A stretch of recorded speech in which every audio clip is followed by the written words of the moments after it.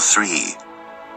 King Nebuchadnezzar made an image of gold, 60 cubits high and 6 cubits wide, and set it up on the plain of Dura in the province of Babylon. He then summoned the satraps, prefects, governors, advisors, treasurers, judges, magistrates, and all the other provincial officials to come to the dedication of the image he had set up.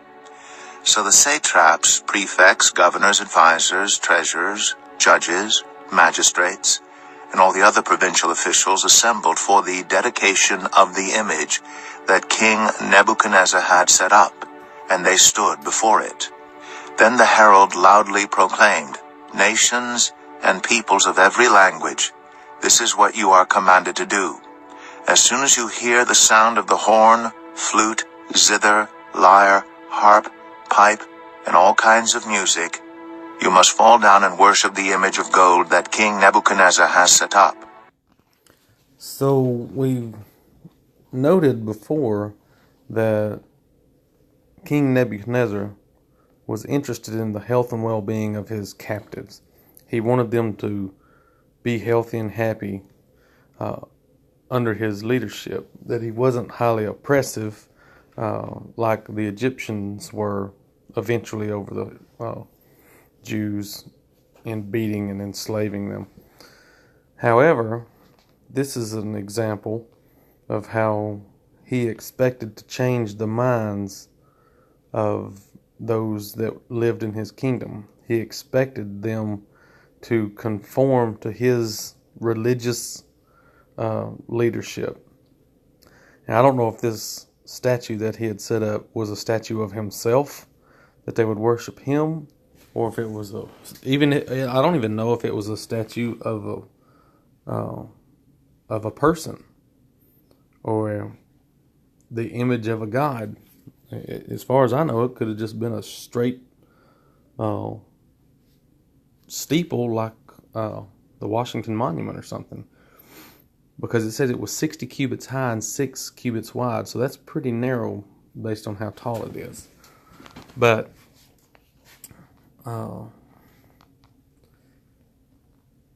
this would be a pretty difficult thing. He's talking to all people of all the nations and every language. He says, you are obligated to fall down and worship the image that I had set up. So I imagine that would cause some conflict not only with the Jews, but with some other people too. Whoever does not fall down and worship will immediately be thrown into a blazing furnace. So that certainly is an example of leadership by force and by threat of violence and death.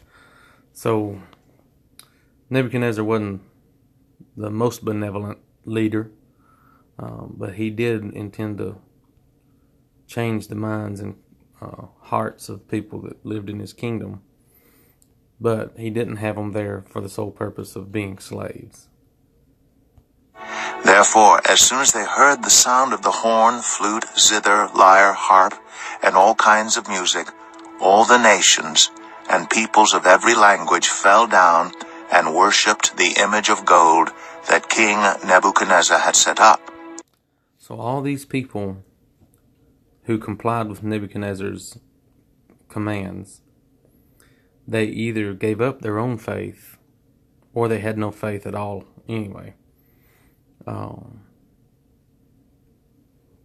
Or they were either fine with doing this, falling down and worshiping the image, or they did it out of fear. But Daniel and his cohorts had conviction. They had their own faith. At this time, some astrologers came forward and denounced the Jews. They said to King Nebuchadnezzar, "May the king live forever. Your Majesty has issued a decree that everyone who hears the sound of the horn, flute, zither, lyre, harp, pipe, and all kinds of music must fall down and worship the image of gold, and that whoever does not fall down and worship will be thrown into a blazing furnace. But there are some Jews whom you have set over the affairs of the province of Babylon."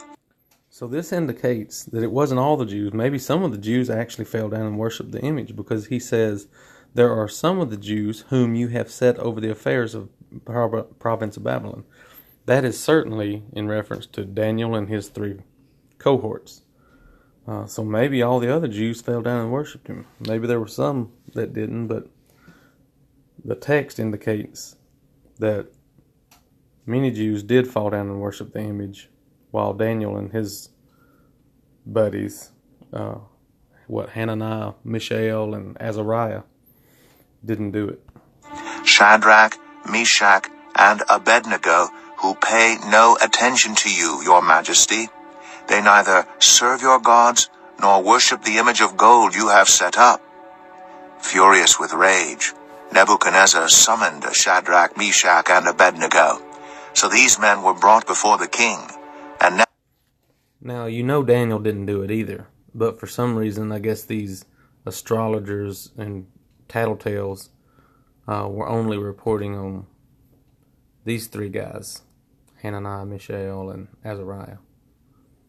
But you know Daniel didn't do it either, but he just wasn't roped into this occasion. Nebuchadnezzar said to them, Is it true, Shadrach, Meshach, and Abednego, that you do not serve my gods, or worship the image of gold I have set up? Now when you hear the sound of the horn, flute, zither, lyre, harp, pipe, and all kinds of music, if you are ready to fall down and worship the image I made, very good. But if you do not worship it, you will be thrown immediately into a blazing furnace. Then what God will be able to rescue you from my hand? Shadrach. So you see here the attitude Nebuchadnezzar had. He says, what God can deliver you from me? So he thought that he was as powerful as a God. He didn't think that God could overpower him, or maybe he didn't think that God's interacted with people. And I think that's a common thought today, it seems, that God watches us like a television show and he doesn't interact with us. And maybe that's what Nebuchadnezzar thought. So sure, the gods are more powerful than me, but they don't interact or intervene in the affairs of men. So I'm the most powerful one here because I'm the king. But you see this arrogance that God will certainly change in Nebuchadnezzar. Meshach, and Abednego replied to him, King Nebuchadnezzar, we do not need to defend ourselves before you in this matter. If we are thrown into the blazing furnace, the God we serve is able to deliver us from it, and he will deliver us from your majesty's hand. Now that is some deep, strong faith. First of all, they state that God is able to deliver, and that's good knowledge to have of God. But they went beyond that and said that he will deliver us from your hand. They had absolute trust and faith that God would deliver them. Now, I don't know if they had any idea how. Maybe he thought that God would change Nebuchadnezzar's mind, kind of like God changed the mind of the guy that Daniel talked to when he was when they were going to make them eat of the king's portion of food. It says that God changed his mind and made him be merciful. Maybe they thought that was the way it was going to work out, but that's not the way it worked. So when they saw that they were about to be thrown in the fiery furnace, there's another opportunity for these guys to lose faith, but they didn't. But even if he does not, we want you to know, your majesty, that we will not serve your gods or worship the image of gold you have set up. We need to have this same level of faith. But it's so hard for people, especially today, and even especially Americans, to completely trust God with your life. To be willing to die standing on your faith. That's a hard stance to take, but that's really what we should do. Then Nebuchadnezzar was furious with Shadrach, Meshach, and Abednego, and his attitude toward them changed. He ordered the furnace heated. So his attitude changed. This means he liked them before. But when they refused to bow down and worship the image, Nebuchadnezzar's attitude changed toward them. Now he no longer liked them. He was infuriated with them, and he hated them. Now God could have changed his heart right there. God could have made Nebuchadnezzar be merciful to him, but he didn't. And it was God's choice not to affect Nebuchadnezzar's will towards them at this point. He did 7 times hotter than usual and commanded some of the strongest soldiers in his army to tie up Shadrach, Meshach, and Abednego and throw them into the blazing furnace. So these men, wearing their robes, trousers, turbans, and other clothes, were bound and thrown into the blazing furnace. I just think it's interesting that we get a little bit of an image of their clothing here, their culture, what they wore, talking about their turbans, trousers, and robes, and other clothes. I don't know that it means anything. I just think it's an interesting picture. Why would the scriptures here even talk about how much clothes they were wearing, or what type of clothes they were wearing when they were thrown into the furnace? The king's command was so urgent and the furnace so hot that the flames of the fire killed the soldiers who took up Shadrach, Meshach, and Abednego, and these 3 men, firmly tied, fell into the blazing furnace. Then King Nebuchadnezzar leaped to his feet in amazement and asked his advisor. So I'm a little curious, I guess Nebuchadnezzar wanted the fire burning as hot as his temper, but I guess the hotter the fire is, the quicker it would kill anybody who went in it or was affected by it. And it even killed the soldiers who threw these guys in. So it was like instant death. Whereas if, you would think that somebody would want to torture people that he hated so bad. But he intended to kill them instantly in this extremely hot fire. Weren't there 3 men that we tied up and threw into the fire? They replied, Certainly, your majesty. He said, Look, I see 4 men walking around in the fire, unbound and unharmed, and the 4th looks like a son of the gods. So I can't really paint an image of what this 4th one would have looked like. And I don't know whether it was Jesus or an angel. But this 4th one certainly looked different. He could see that Hananiah, Mishael, and Azariah had loosed their bonds and were walking around inside the fire that had already killed the guards who threw them in. They were walking around unharmed, but there was another one that looked different. Maybe he was glowing. There was something visibly different about this 4th one. Nebuchadnezzar then approached the opening of the blazing furnace and shouted, Shadrach, Meshach, and Abednego, servants of the Most High God, come out, come here. So Shadrach, Meshach... I wonder if Nebuchadnezzar had the flames or the fire turned down somehow. I don't know how the furnace was even set up, but the other guys died by getting close. Now it says Nebuchadnezzar walked up to the opening and asked them to come out. Meshach and Abednego came out of the fire, and the satraps, prefects, governors, and royal advisers crowded around them. They saw that the fire had not harmed their bodies, nor was a hair of their heads singed. Their robes were not scorched, and there was no smell of fire on them. I can imagine how amazed all these people were that they would even view Hananiah, Mishael, and Azariah as gods at this point.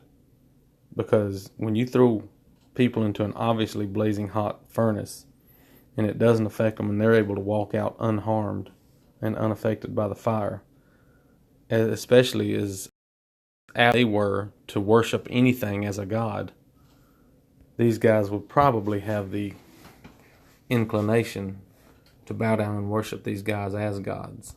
Then Nebuchadnezzar said, Praise be to the God of Shadrach, Meshach, and Abednego. But what I find interesting is Nebuchadnezzar, again, immediately recognizes that it's not Hananiah, Mishael, and Azariah who are the gods, but it is the God that they serve who protected them. So that is a result of the teaching and influence that these guys had over Nebuchadnezzar. They continuously gave God credit for everything in their life and said, it's not us who do these things, but it's God who does it through me. And so Nebuchadnezzar understood that it was their God that did it, and it wasn't them and by their own power that they escaped the fire. Who has sent his angel and rescued his servants. They trusted in him and defied the king's command and were willing to give up their lives rather than serve or worship any god except their own God. Therefore, I decree that the people of any nation or language who say anything against the God of Shadrach, Meshach, and Abednego be cut into pieces, and their houses be turned into piles of rubble, for no other God can save in this way. So I think this may be different than the maybe first chapter or two of Daniel, because Daniel proved through the interpretation of dreams in the last chapter that his God was true and accurate and good and all those things. But I don't think there was an edict that went out that says nobody from any nation should talk against the God of the Jews. I believe it has gone a step further. They didn't just accept that the Jews' God was real, but they said, not only is he real, but I refuse anyone to say anything against their God because he is powerful and impressive. Then the king promoted Shadrach, Meshach, and Abednego in the province of Babylon. So these guys had already been promoted by Daniel because Daniel was appointed the leader, and then Daniel appointed them over provinces of Babylon. But now they've been promoted again by the king. I kind of wish we knew more about Hananiah, Mishael, and Azariah, but I don't think we know very much. That's Daniel chapter 3.